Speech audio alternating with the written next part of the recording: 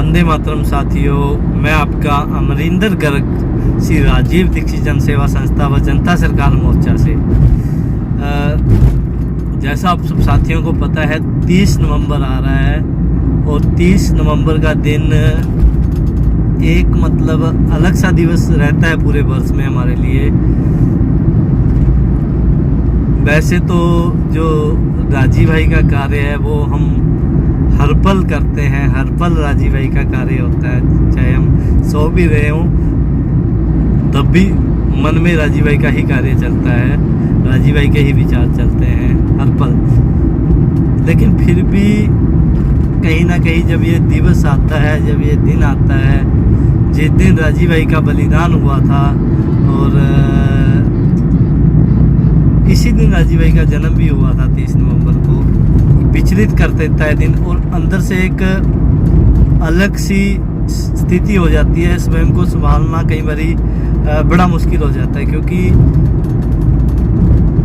राजीव भाई को गए हुए 15 साल हो गए हैं। तो कहीं ना कहीं उनके जो कार्य थे, उनके सपने थे, जो वो अधूरे हैं। तो वैसे तो राजीव भाई हर पल हर क्षण हमारे इर्द गिर्द रहते हैं। जब भी जहाँ भी हम चलते हैं राजीव भाई हमारे साथ रहते हैं, हमारे सांसों में राजीव भाई रहते हैं। क्योंकि ऐसा कोई दिन ही नहीं होता, ऐसा कोई पल ही नहीं होता जिस समय हम राजीव भाई को भूल गए होते हैं। नहीं, हर पल राजीव भाई साथ रहते हैं, हमारे राजीव भाई। तो लेकिन एक अंदर से खुशी महसूस होती है। उसका विशेष कारण ये है क्योंकि जो कार्य राजीव भाई छोड़ के गए थे उस कार्य को करने का मौका, मतलब करने का अवसर हमें मिला है। और हम उस कार्य को जितना मन से या जितना अपने तन से हो पा रहा है, धन से हो पा रहा है, उतना करने का प्रयास करते हैं। क्योंकि राजीव भाई ने एक शब्द भी बोला था कि आप इतना भी मतलब वो मत करना कि आपका परिवार मतलब छूट जाए पीछे।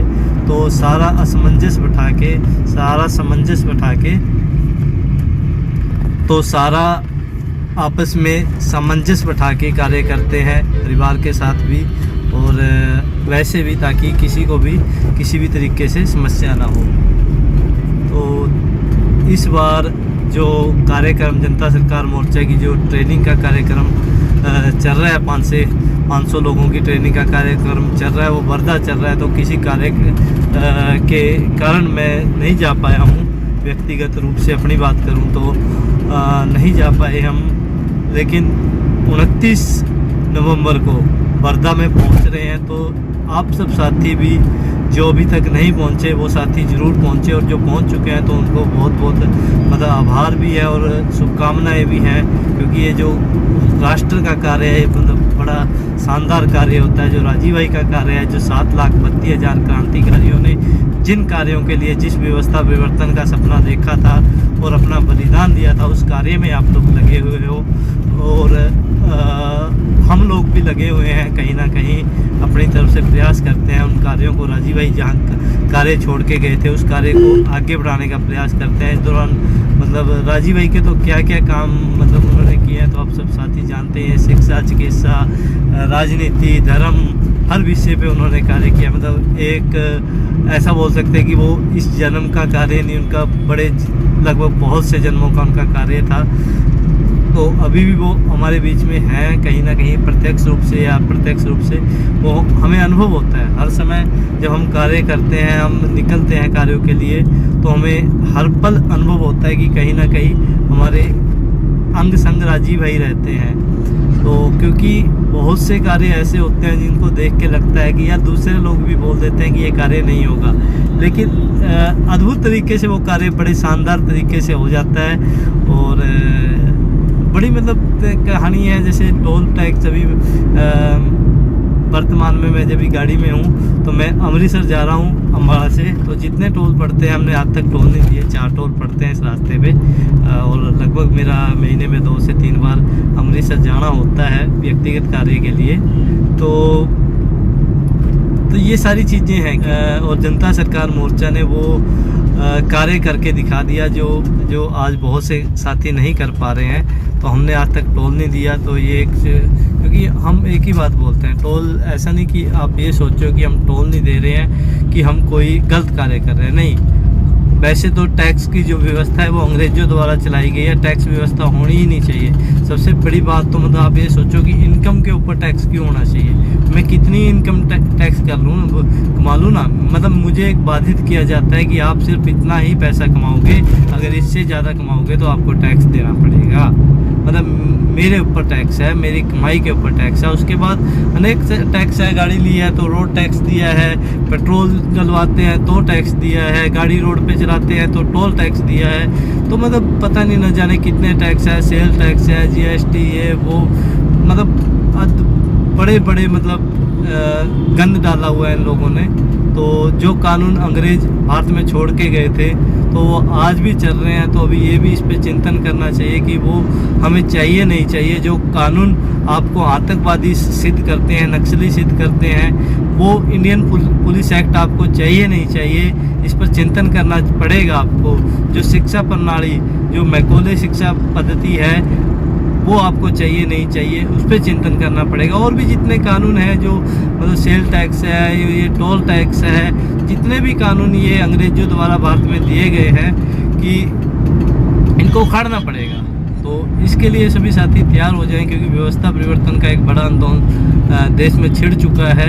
जो राजीव भाई ने अलख जगाई थी, जो राजीव भाई ने हमारे अंदर एक ज्योति प्रज्वलित की थी, वो ज्योति मसाल बन चुकी है बड़ी।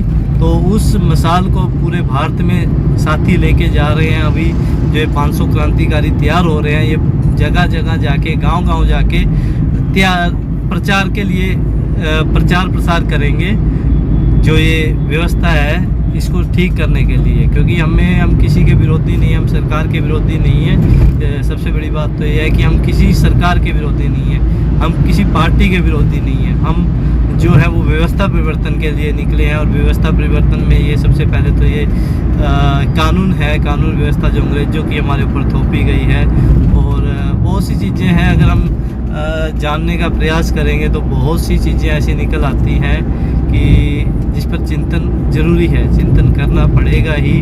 क्योंकि अब ज़्यादा समय भी नहीं है, क्योंकि जो NWO के एजेंडे चल रहे हैं 2030 एजेंडा जो है, आप सब साथियों को पता ही है।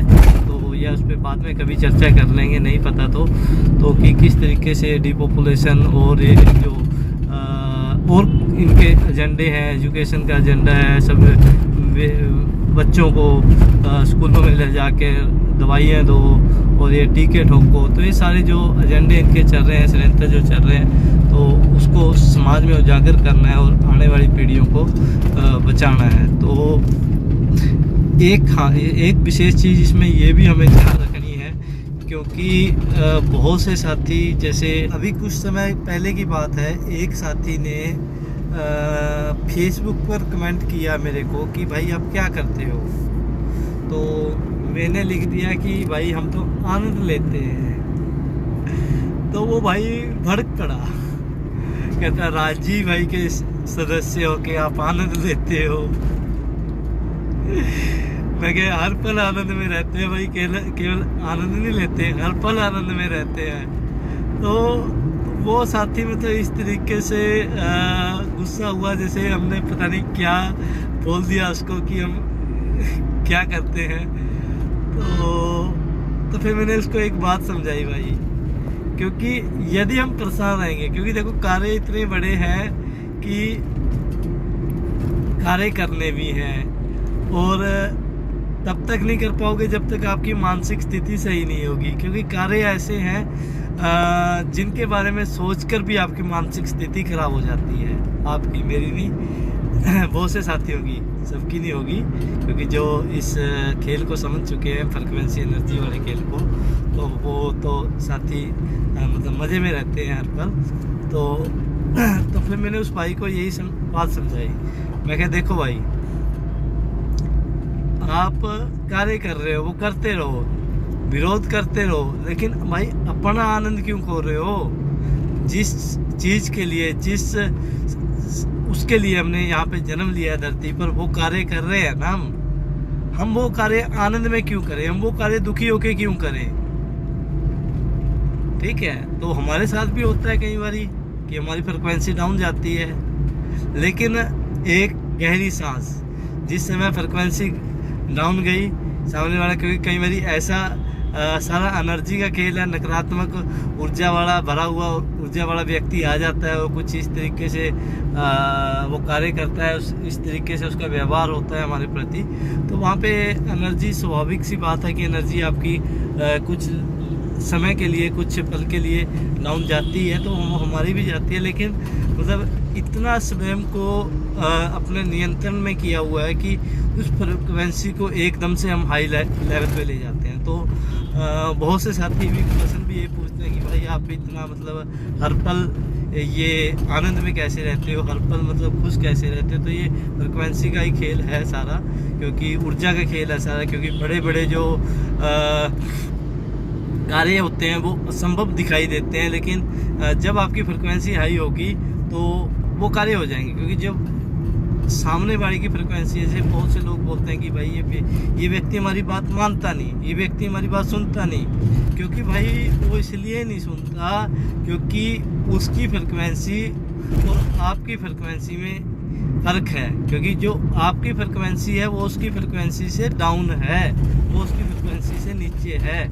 जब आपकी फ्रिक्वेंसी, आपकी एनर्जी, ठीक है, उस फ्रिक्वेंसी से ऊपर होगी, सामने वाले को, जिस व्यक्ति को आप समझा रहे हो, उस फ्रिक्वेंसी से आपकी मैच करती हो या उससे ऊपर हो, तो आप उसको आसानी से समझा पाओगे। अगर वो आपकी डाउन है, आपका एनर्जी लेवल, आपका शरीर का कार्य करने की प्रणाली, तो वो अगर धीमी है, डाउन है आपकी, ठीक है ना, आपकी सोचने की क्षमता, आपके मान लो कार्य तो आप कुछ कर रहे हो, मन में विचार कुछ और चल रहे हैं, फ्रिक्वेंसी आपको, मतलब एक ये भी होता है कि आप जैसे इसमें एक खेल होता है एनर्जी का, जैसे कोई भी कार्य करना इस तरीके से करना होता है कि वो पहले ही हो चुका है, ठीक है। लेकिन दो चीज़ें काम करेंगी इसमें, एक तो आप क्या बोल रहे हो और एक आप क्या सोच रहे हो या क्या आप मान रहे हो। मान लो बोल तो रहे हो कि हाँ मेरा ये कार्य हो गया, परमात्मा आपका धन्यवाद, प्रकृति माता, गौ माता आपका धन्यवाद इस कार्य को कराने के लिए, लेकिन मन के अंदर एक संशय है कि ये कार्य हुआ नहीं है, ये कार्य अभी होना है। तो जैसे व्यवस्था परिवर्तन का कार्य है, व्यवस्था परिवर्तन का कार्य तो हम पहले ही कर चुके हैं, ठीक है, सिर्फ अभी वो आपके सामने आना बाकी है, वो कार्य हो चुका है। परमात्मा का कार्य था, गौ माता का कार्य था, इस धरती माता का कार्य था, वो हो चुका है, ठीक है ना। जो व्यवस्था परिवर्तन राजीव भाई ने जो कार्य अधूरा छोड़ा था, वो कार्य पूरा हो चुका है, ठीक है ना। तो ये पहले ही मतलब हो चुका है, तो हम तो सिर्फ उसमें भूमिका निभा रहे हैं, क्योंकि वो प्रकृति ने करना था, वो गौ माता ने करना था, वो धरती माता ने करना था, वो पहले ही कर चुके हैं।